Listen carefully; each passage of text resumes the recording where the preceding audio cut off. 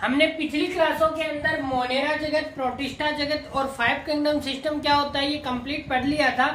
आज हम इस क्लास के अंदर पढ़ेंगे कि कवक जगत क्या होता है। कवक जगत को इंग्लिश में कहते हैं फंजाई किंगडम, फंजाई किंगडम, ठीक है।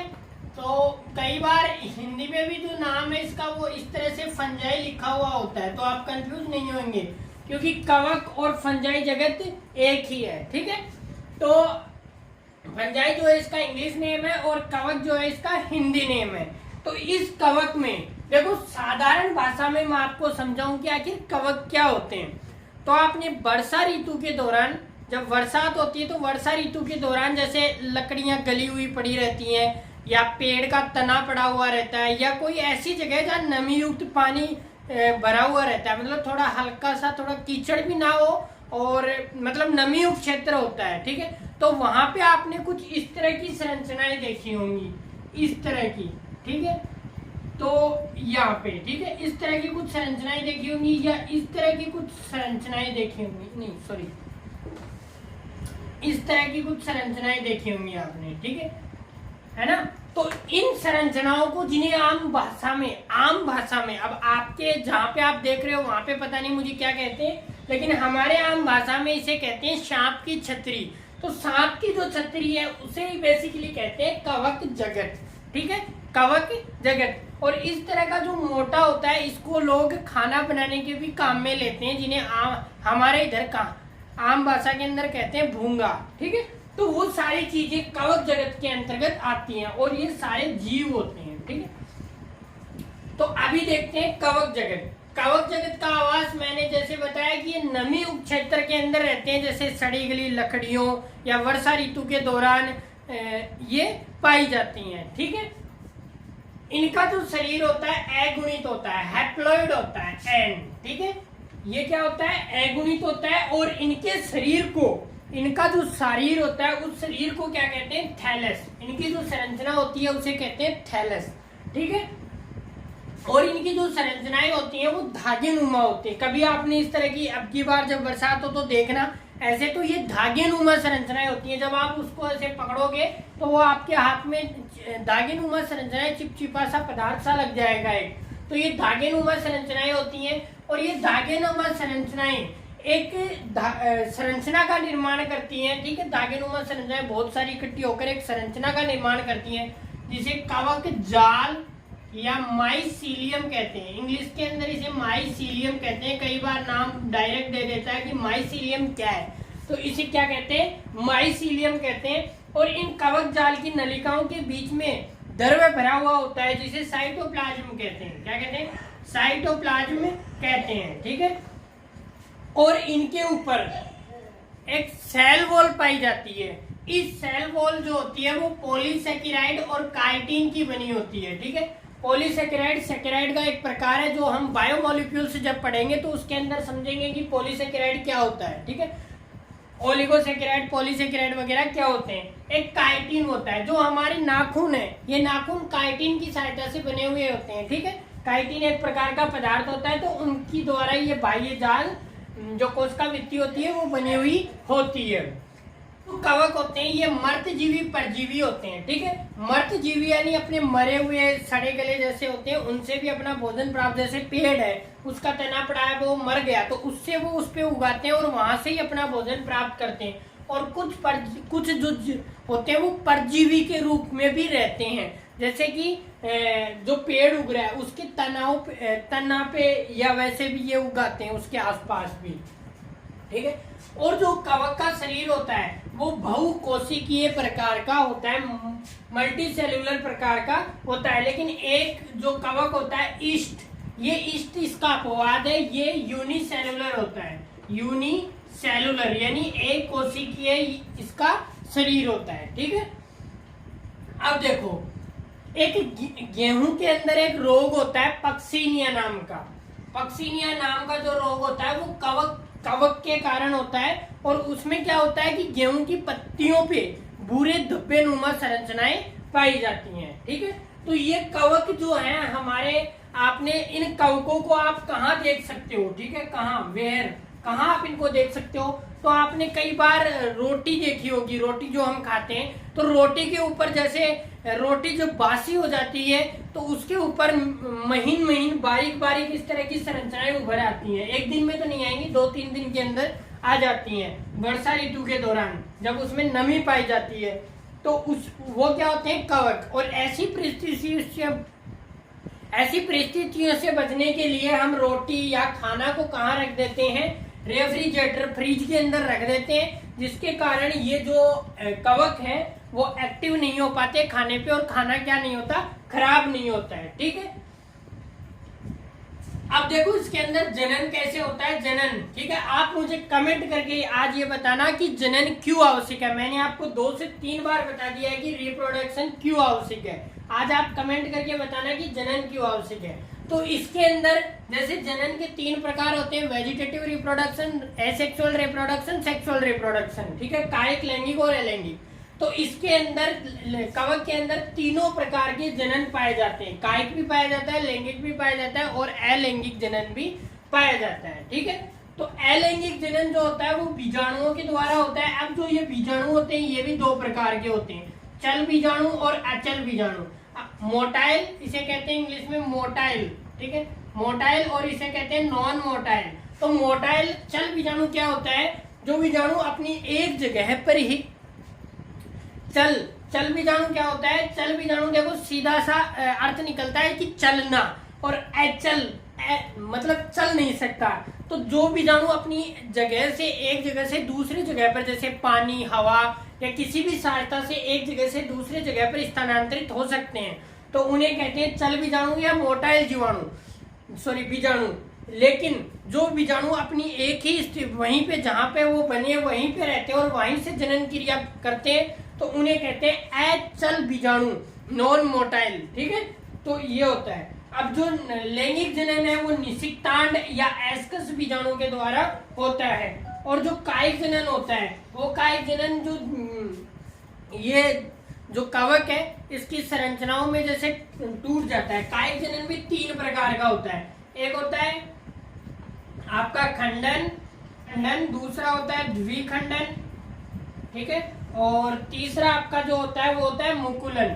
तो इसके अंदर 3 विधियां पाई जाती हैं कायिक जनन की कवक के अंदर, खंडन, फीजन, बाइनरी फीजन और बडिंग। तो मैंने आपको मोनेरा के अंदर समझाया था कि खंडन जो होता है वो खंडन जो है यदि कोई एक्सीडेंटल अवस्था आ गई उसके अंदर जो जीव है वो टूट गया, एक से अधिक शरीरों के अंदर वो जितनी भी संरचनाएं टूटी हैं 10, 20, 50, 100, 150 तो उनसे वो अपने एक नए जीव का निर्माण कर लेगा।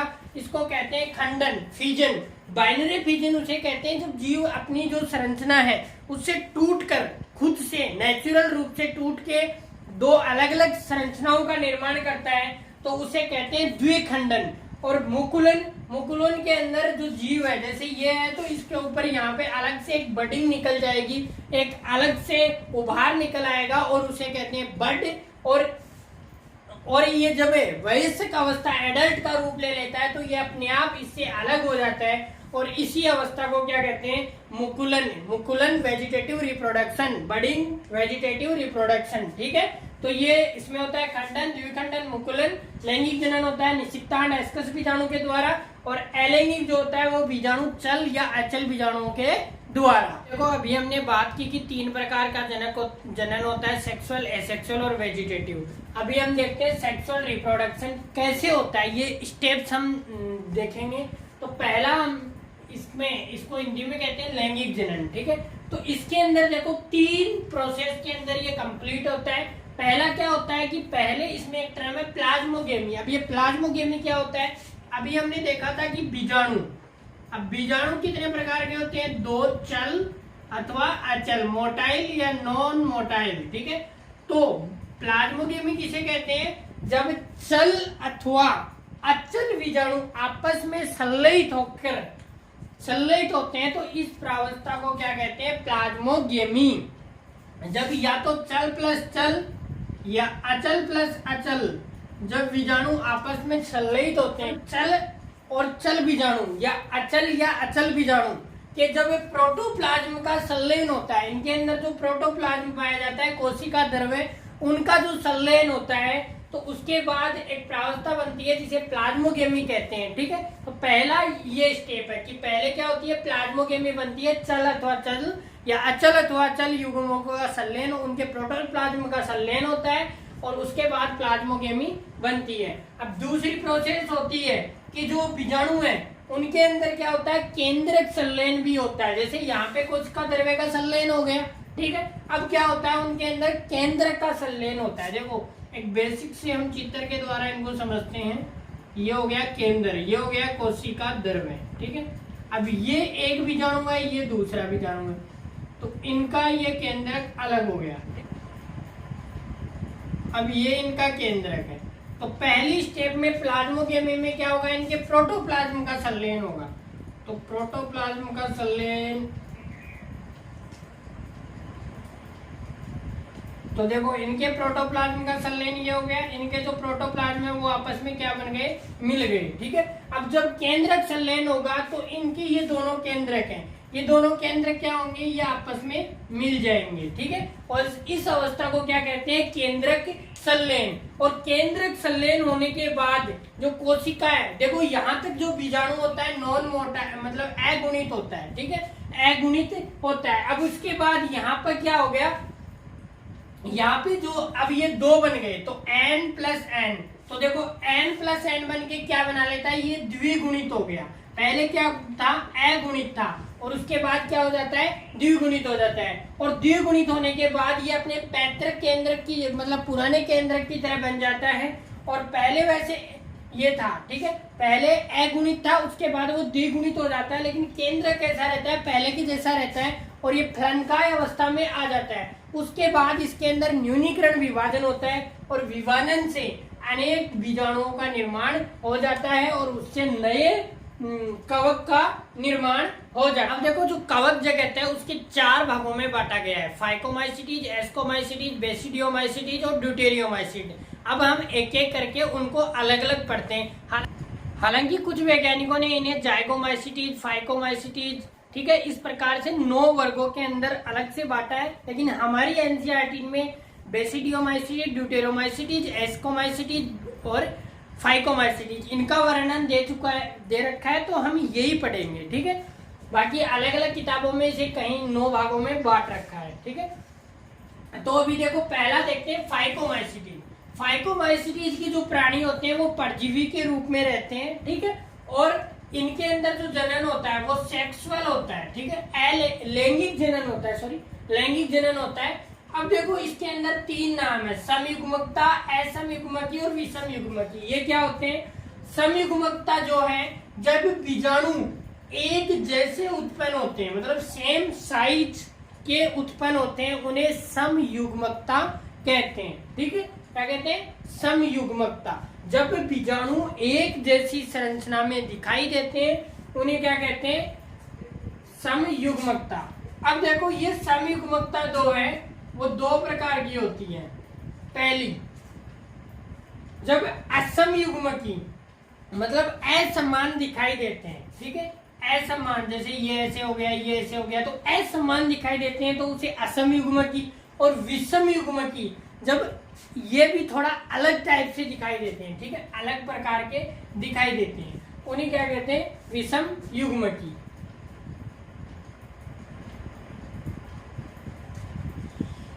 अब देखो जो राइजोपस है, राइजोपस क्या होता है, रोटी पर परजीवी फंजाई के रूप में जो कवक होता है उसे कहते हैं राइजोपस। जो रोटी पर कवक जो होता है उसका नाम है राइजोपस, जो हमने पहले आपको बता दिया, ठीक है। एल्ब्यूगो जो होता है वो सरसों पर परजीवी फंजाई के रूप में होता है, जो सरसों का पौधा होता है उस पे जो कवक लगता है वो होता है एल्ब्यूगो, ठीक है। अब देखते हैं एस्कोमाइसिटीज। एस्कोमाइसिटीज क्या होती है, इसे थैली फंजाई कहते हैं। थैली फंजाई क्यों कहते हैं, क्योंकि इसका जो शरीर है एक फुटबॉल की तरह की आकृति का होता है, ठीक है, इस तरह इसको क्या कहते हैं, थैली फंजाई कहते हैं। ये मर्तजीवी होता है, अपघटक होता है, परजीवी होता है और समलरागी। समलरागी से मतलब है कि जो पशु हैं, पशु जैसे गोबर करते हैं तो उनके गोबर पर उगने वाले जो कवक होते हैं, जो उनके गोबर पर उगते हैं उन्हें कहते हैं क्या, समल रागी। ठीक है, बाकी इसके अंदर क्या होता है, अलैंगिक जनन होता है। अलैंगिक जनन कोनिडिया के द्वारा होता है और कोनिडिया एक जाल का निर्माण करते हैं जिसे कोनिडियम धर कहते हैं। और एक सबसे पहली प्रतिजैविक पेनिसिलिन, पेनिसिलिन किसके अंतर्गत आती है, आपकी एस्कोमाइसिटीज के अंतर्गत आती है। दुनिया की पहली एंटीबायोटिक थी कौन सी, पेनिसिलिन। और इसका जो पहली बार उपयोग किया गया था वो सेकेंड वर्ल्ड वॉर के दौरान, सेकेंड वर्ल्ड वॉर जब हुआ था तो सेकेंड वर्ल्ड वॉर के दौरान जो अमेरिका के घायल सैनिक थे उनके ऊपर इस पेनिसिलिन का उपयोग किया गया था, उनके दर्द को कम करने के लिए। समझते हैं बेसिडियोमाइसिटीज और ड्यूटेरोमाइसिटीज क्या होते हैं। तो बेसिडियोमाइसिटीज क्या है, बेसिडियोमाइसिटीज के उदाहरण आते हैं मशरूम, फ्रेंट फंजाई या पप फूल। ठीक है, पप बॉल। तो इसके अंदर जो होता है वो कायिक जनन होता है। इसके अंदर लैंगिक और अलैंगिक जनन नहीं होता है, इसके अंदर कायिक जनन होता है। और कायिक जनन भी किसके द्वारा होता है, खंडन विधि के द्वारा। ठीक है, किसके द्वारा होता है, खंडन विधि के द्वारा होता है। लेकिन इसमें कायिक जनन तो नहीं होता, लेकिन कायिक जनन की जो एक विधि है प्लाज्मोगेमी वो इसके अंदर पाई जाती है। प्लाज्मोगेमी के द्वारा इनके अंदर क्या होता है, केंद्रक संलयन होता है। और केंद्रक संलयन होने से एक संरचना बनती है बेसिडियम। बेसिडियम बनने के बाद ये क्या होती है, इनके अंदर मियोसिस होता है। मियोसिस क्या होता है, मियोसिस और माइटोसिस हम आगे पढ़ेंगे। ठीक है, आगे 11 चैप्टर के अंदर पढ़ेंगे सेल बायोलॉजी के अंदर कि मियोसिस और माइटोसिस आखिर क्या है। तो उसके होने से इनमें 4 अलग अलग बेसिडियम बन जाते हैं और 4 बेसिडियोमाइसिटीज का, और मतलब 4 जैसे मशरूम में क्रिया हो रही तो 4 मशरूम का निर्माण हो जाता है। ठीक है, तो ये बेसिडियोमाइसिटीज में देखो कायिक जनन होता है, प्लाज्मोगेमी प्रावस्था पाई जाती है, 2 केंद्रकों का संलयन होता है, उसके बाद बेसिडियम बनते हैं और मियोसिस के द्वारा 4 बेसिडियोमाइसिटीज का निर्माण हो जाता है। अब नेक्स्ट आता है ड्यूटेरोमाइसिटीज। ड्यूटेरोमाइसिटीज जो है अपूर्ण कवक है, मतलब इसकी अभी तक सीमाएं जो हैं वो ठीक तरह से वैज्ञानिकों ने अभी तक निर्धारित नहीं की है, क्योंकि जब आगे से आगे इसमें खोज की जाती है तो कभी तो इसको बेसिडियोमाइसिटीज, कभी एस्कोमाइसिटीज के अंदर इसे डाला जाता है। तो अभी तक इसकी खोज हुई नहीं है, तो इसकी आगे डिटेल में हम इसको बाद में पढ़ेंगे, क्योंकि अभी तक इसकी जब इसकी खोज हो जाएगी तब पढ़ेंगे। ठीक है, तो आज का हमारा जो था फंजाई किंगडम, ठीक है, फंजाई किंगडम हमारा कंप्लीट हो गया, हमारा प्रोटिस्टा कंप्लीट हो गया, मोनेरा कंप्लीट हो गया। ठीक है, कल हम जो है वो पढ़ेंगे आपके वायरस, लाइकेन, विरोइड। ठीक है, क्योंकि इनको पंच जगत प्रणाली के अंदर जगह नहीं दी गई है। ठीक है, उसके बाद हमारा बचेगा प्लांट और उसके बाद हमारा बचेगा एनिमल। एनिमल किंगडम 2 भागों में होता है, कॉर्डेट्स और नॉन कॉर्डेट्स। तो वो थोड़ा बड़ा है तो उसको हम थोड़ी 2-3 वीडियो बनेंगी उसकी। ठीक है, तो हम मिलते हैं नेक्स्ट क्लास के अंदर। तब तक आप इस वीडियो को अपने दोस्तों के साथ शेयर कर दीजिए, वीडियो को लाइक कर दीजिए, और कोई डाउट है तो कमेंट करके पूछिएगा। मिलते हैं नेक्स्ट क्लास के अंदर। जय हिंद।